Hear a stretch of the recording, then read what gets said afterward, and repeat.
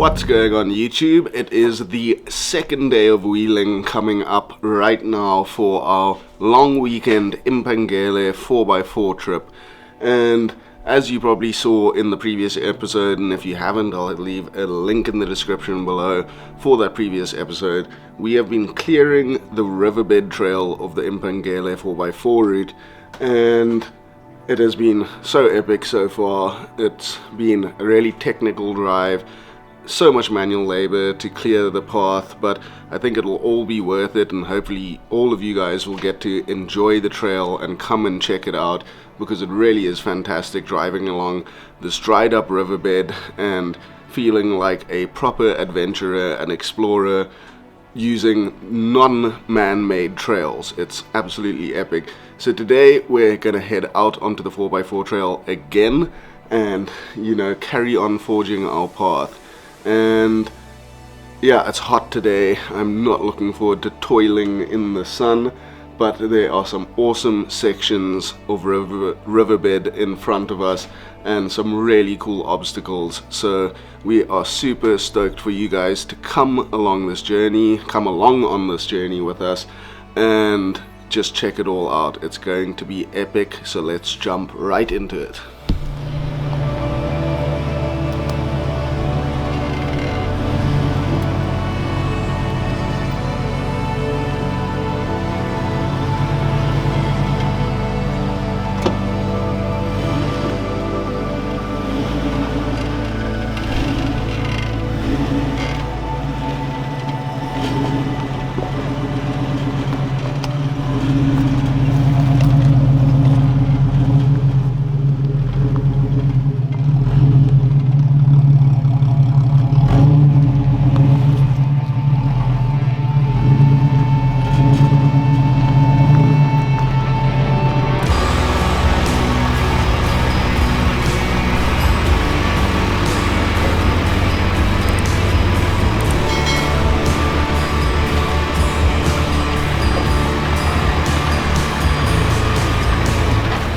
So guys, we are cruising along the trail, getting back to the point that we were at yesterday.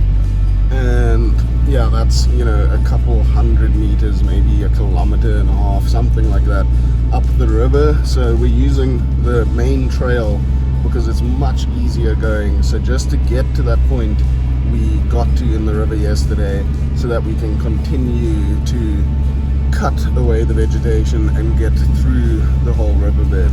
So we should get there in the next 15 minutes or so, and then we will continue the adventure from there. And so far the beginning of the trail, like normal, is pretty easy going. There's just that rutted off-camber you know, clay section or gravel dirt section, hard pack section. And other than that, the trail is pretty easy going, and I think that's what makes the river such an exciting prospect, is that there's a little more challenges and a little more obstacles in the river than on the actual 4x4 trail, which is a very mild trail. I'd say for the most part it's probably like a grade 2 to 2.5 just for like 1 or 2 sections, and that's why we're excited to push that riverbed section and see what we can do there. And I mean, even with the long weekend and the time we had here this weekend, I don't think we're going to be able to, you know, clear out and complete the entire river.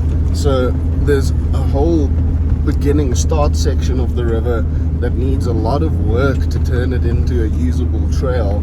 And I mean, with, like I mentioned, the manual labor that it's taking to clear the riverbed, it's definitely, we're not going to have the time to do the riverbed in its entirety in terms of cleaning it up and making it a usable trail. So at least that leaves us with more incentive to come back, as well as, you know, more things to do when we come back here again, is just continue cultivating this riverbed trail and turning it into a really lekker top-notch trail.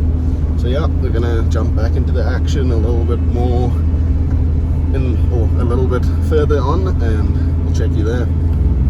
So guys, we are almost at a point on the trail that's relatively new to us, and before that point there's a really cool section of trail. I think you'll see it now. It's like undulating up and down through some sort of dense vegetation, and I really enjoy it. And then once we get back into the river before or after this little section we do, it's very cool, so check it out.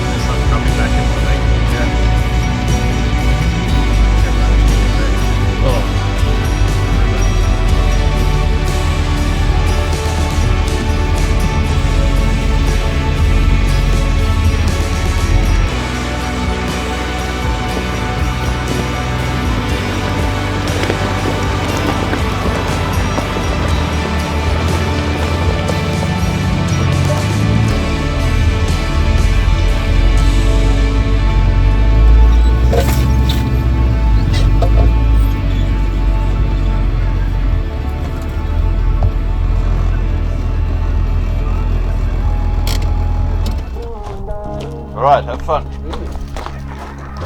This has been such a cool section.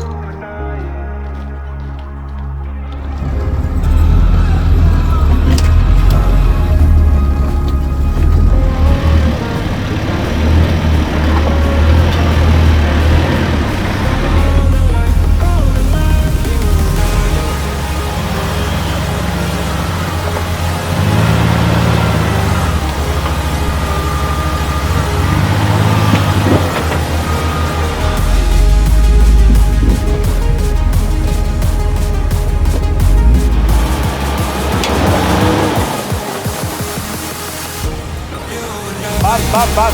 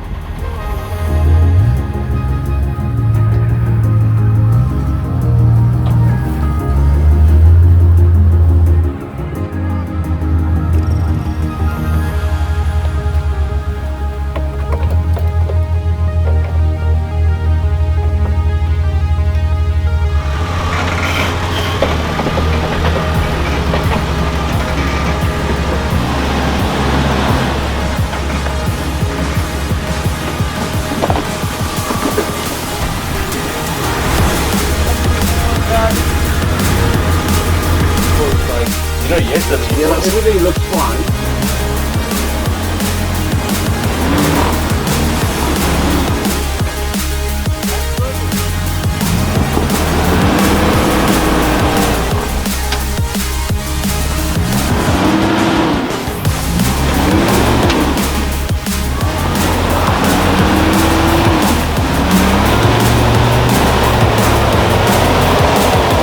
Handbrake.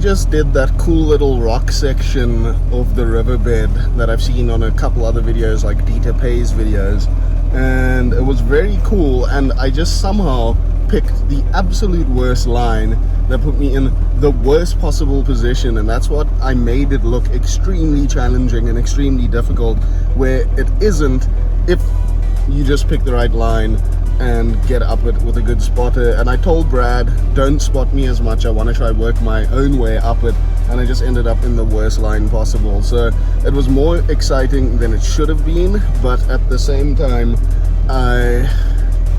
it probably looked exciting on the camera, you know, but I really enjoyed it. It's a really cool, fun little technical section. And then probably 20 meters, 30 meters up the riverbed here, there is a like very axle twisty section that I'm keen to hit up, so we'll check that out.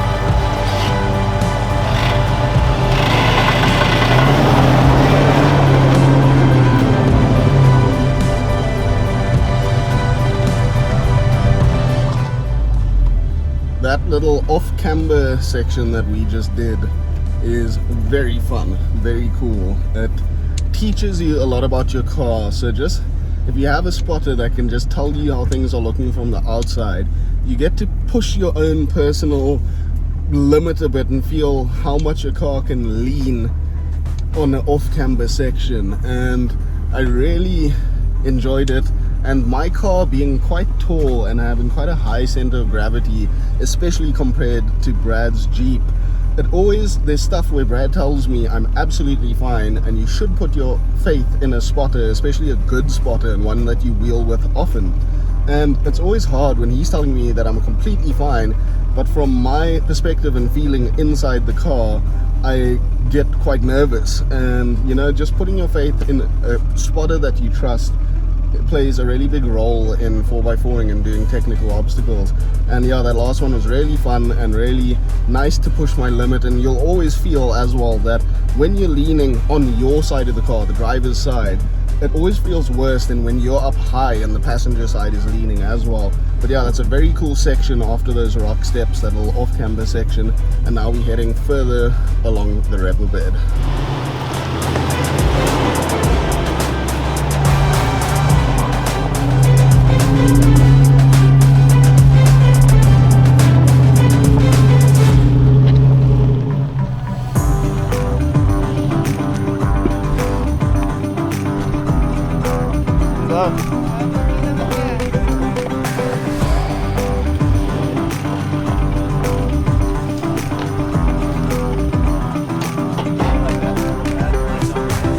A bit more driver. Yeah.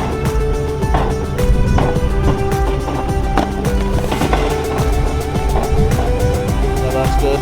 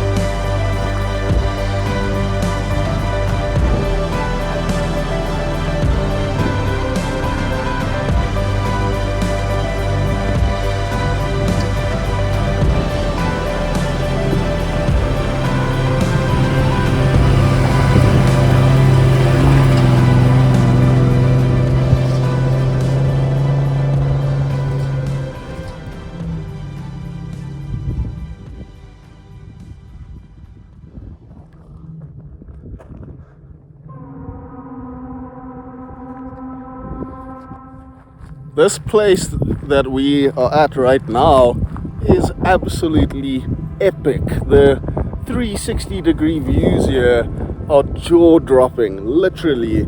Like, I am in awe, I'm amazed. The drive up here was so sick, and the heavens opened up, started pouring with rain, and it feels like we're climbing up to the heavens right now. It is so sick. I mean, you can see Robbie and Brad as well. They're just taking in these views and just loving it. This is such an epic place to be. What a cool trail. IMPANGELE, you have turned it on. Like, Wild. always with the 4x4ing, the scenery is such a big bonus part of it. I love the driving and the mechanics and setting up the cars and all that but this scenery is like equally a part of the experience. Awesome. I won't lie, it's scary turning around up here.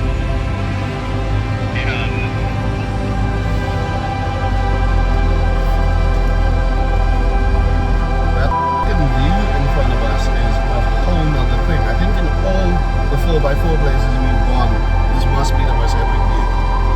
Really is. Okay.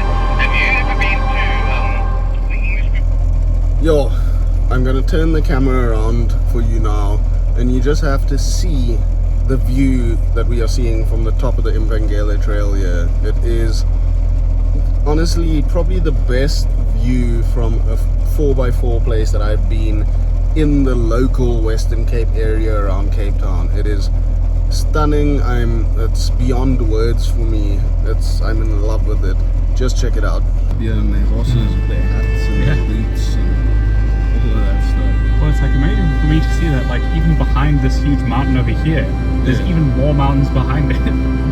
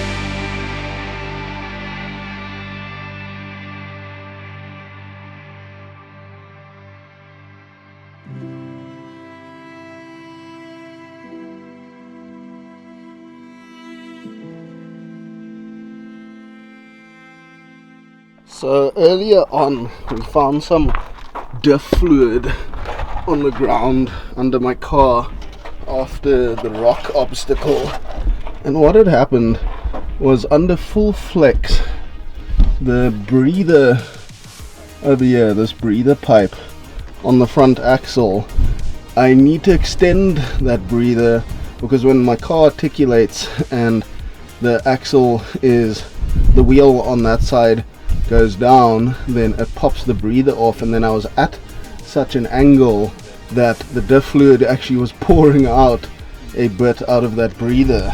So that's something I just need to fix when I get home, is just get a longer rubber breather for that area for the differential. But yeah, you live and you learn. That's something new I didn't realize. You go first.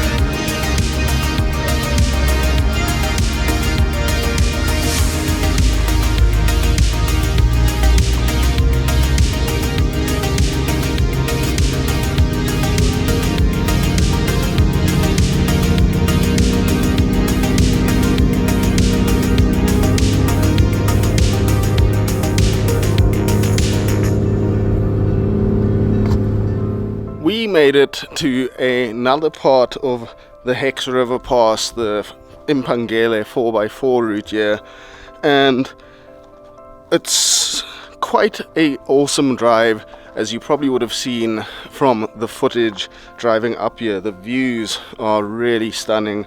You've got a nice dam below you, mountains all the way around, and it's a really stunning spectacle to see.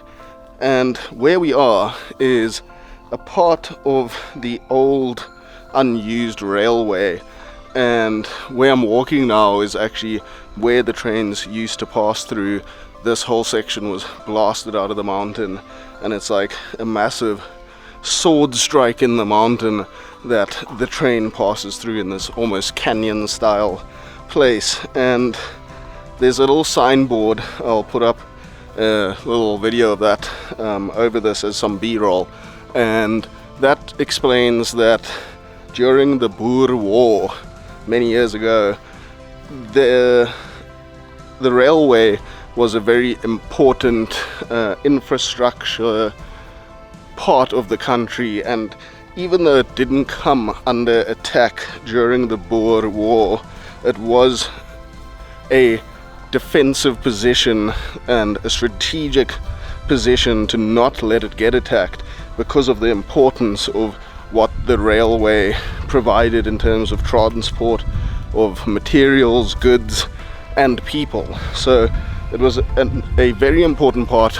of the South African and Western Cape infrastructure, and that's why during the Boer War there were defensive outposts in the mountains here for the railway to protect them, so that, you know, we could still have our transport infrastructure.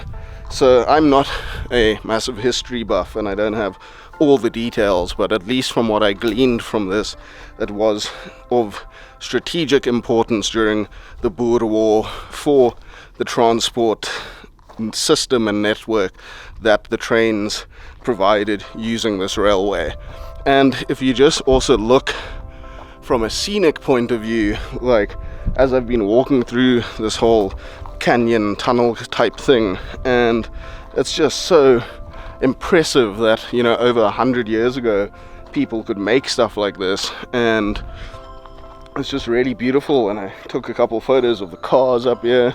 It was very cool. And then as you step out of that tunnel section, the views around us, it's such an awesome viewpoint here.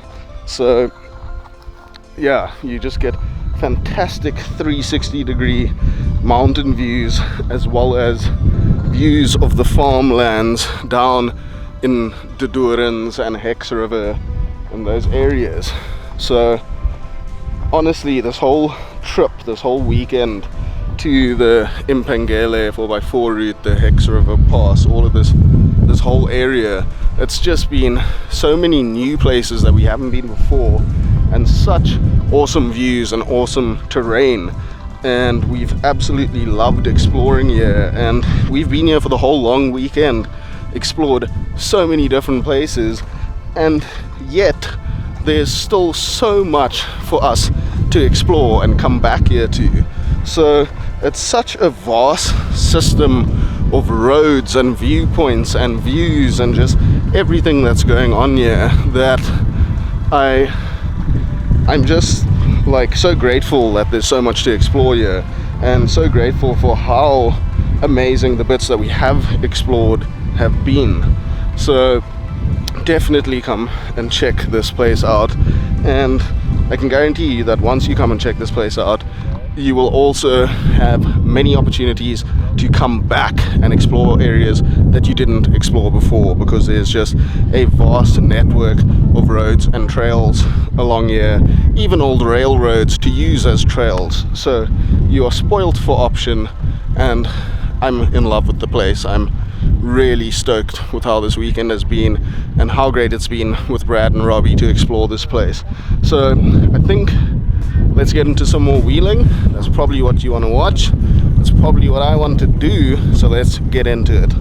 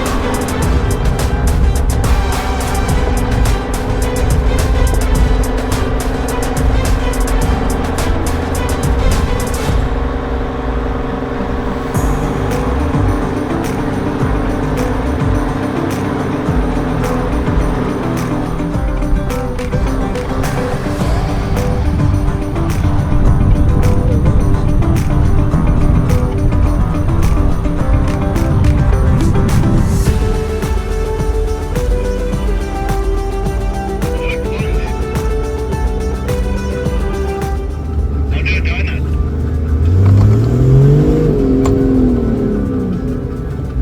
Not enough power to spin these wheels.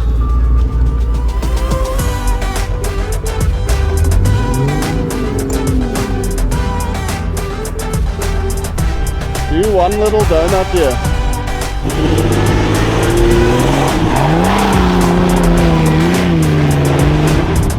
Thanks for spraying me with dirt.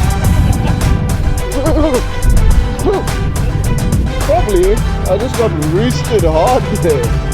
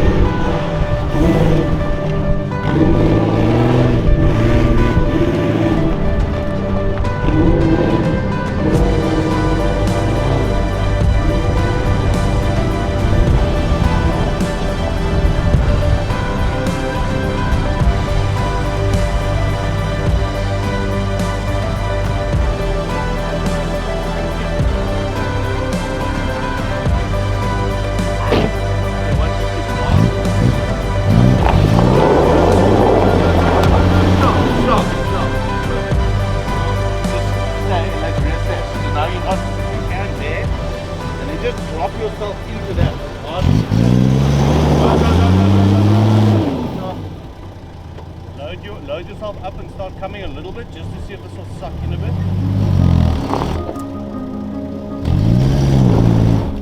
Get a hook there. Turn a bit passenger.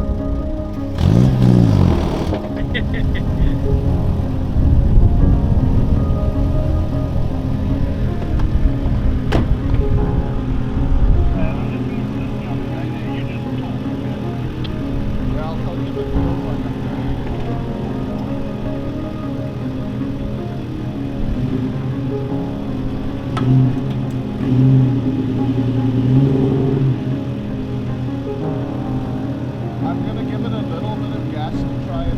I don't think you put it in the button. I'm gonna give it a little bit of gas to try it hold. Okay?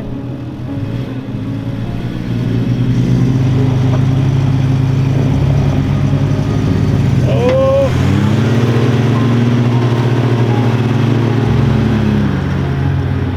Stop, stop, stop, stop, stop! Run over the road. Now you still have to do donuts. I can't do that.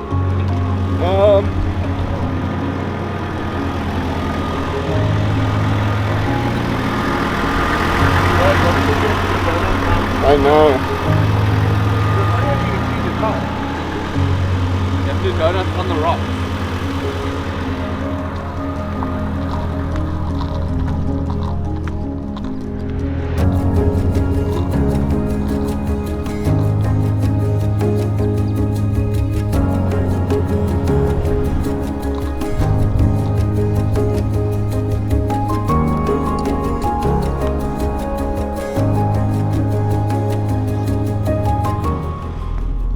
So that was exciting. I told Brad that my 1HZ diesel non-turbo doesn't have the power to spin the rear wheels on this 80, and I put it in two-wheel drive on the beach of the dam here, and I went into the section that was just slop. My wheel on my passenger front wheel was past the rim, the top of the rim, in this slushy like clay, like slick clay, and I just dug myself deep. I tried to go forwards, I tried to go back, there was no getting out of what I was just doing. And then I tried with the Max Tracks a little bit, and it helped a bit, but it never got me out either.